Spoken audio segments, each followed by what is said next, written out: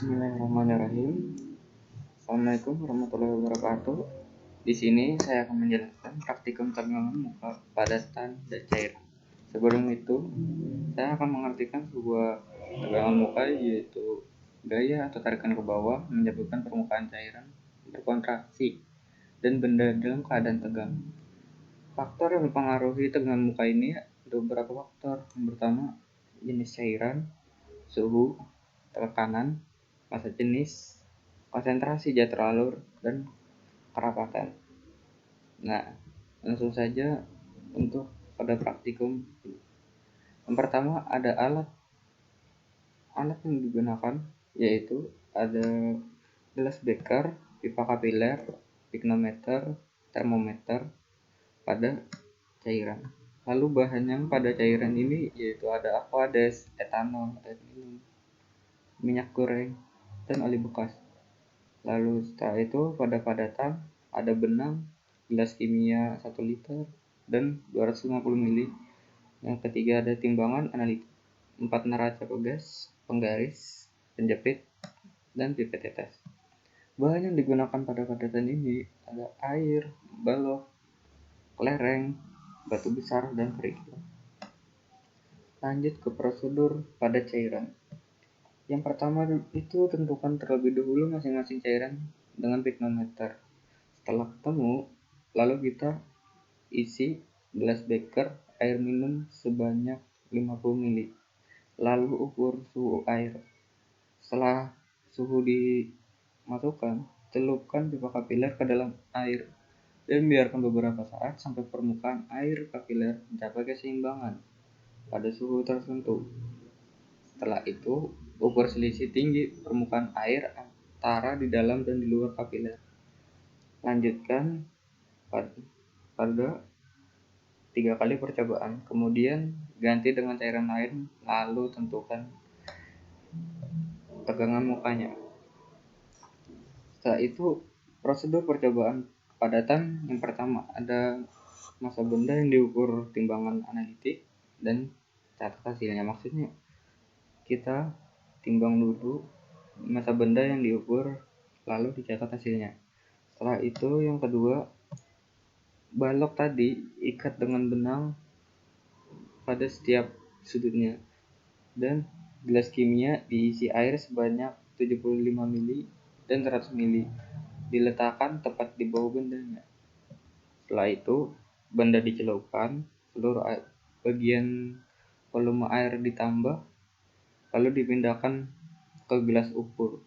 Maksudnya kita tadi yang 175 ml dan 100 ml kita masukkan kubusnya ke situ, lalu ada lebihan air. Nah, itu yang kita akan catat. Setelah itu lakukan juga padatan yang lain dan tentukan perhitungan tegangannya. Nah, di sini sebagai contoh dari data hasil praktikum ini dapatkan sebuah data tentang massa jenis padatan dan massa jenis cairan. Dari data tersebut, lalu kita hitung bagaimana mencari massa jenis padatan dan massa jenis cairan. Yang pertama dari kelereng, diketahui kita mendapatkan sebuah massa dari percobaan tersebut rata-ratanya 5,85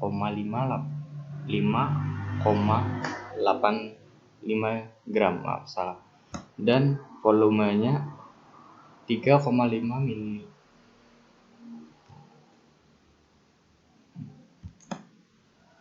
Di sini saya akan menjelaskan sebagai contoh dari data hasil pengamatan. Kita mendapatkan sebuah data dari praktikum ini dari massa jenis padatan dan massa jenis cairan. Nah, ini hasilnya.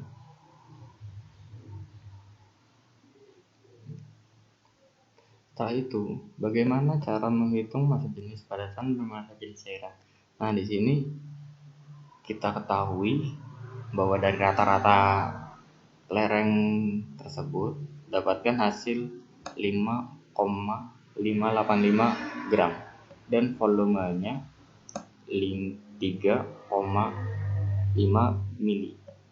Setelah itu lalu kita bagikan aja langsung, yaitu dengan rumus massa per volume dengan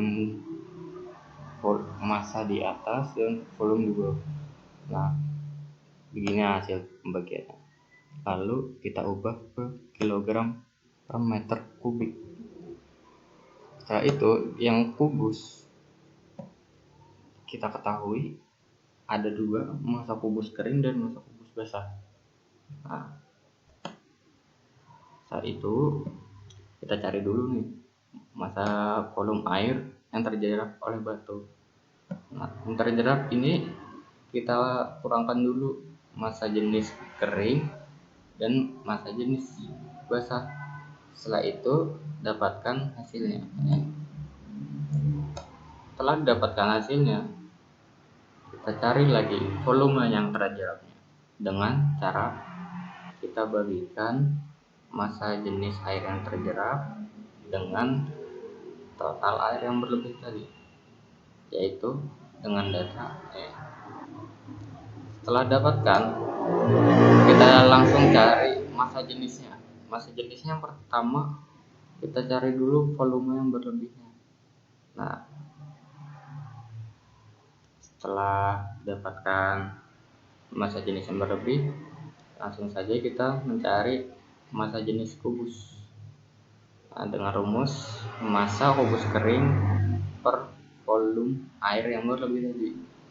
Nah, langsung kita bagikan, didapatkan hasil ini. Lalu selanjutnya sama dengan yang massa jenis kelereng tadi, kita mencarinya.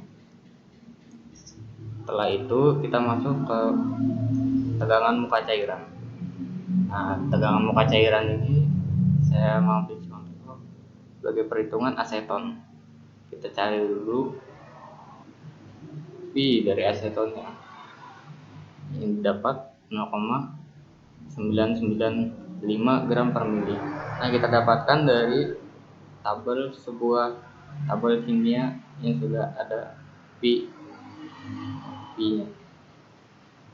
Nah, setelah itu kita masukkan semua dengan rumus ini, dengan ada diameternya, rata-ratanya, dan tinggian pada air tersebut.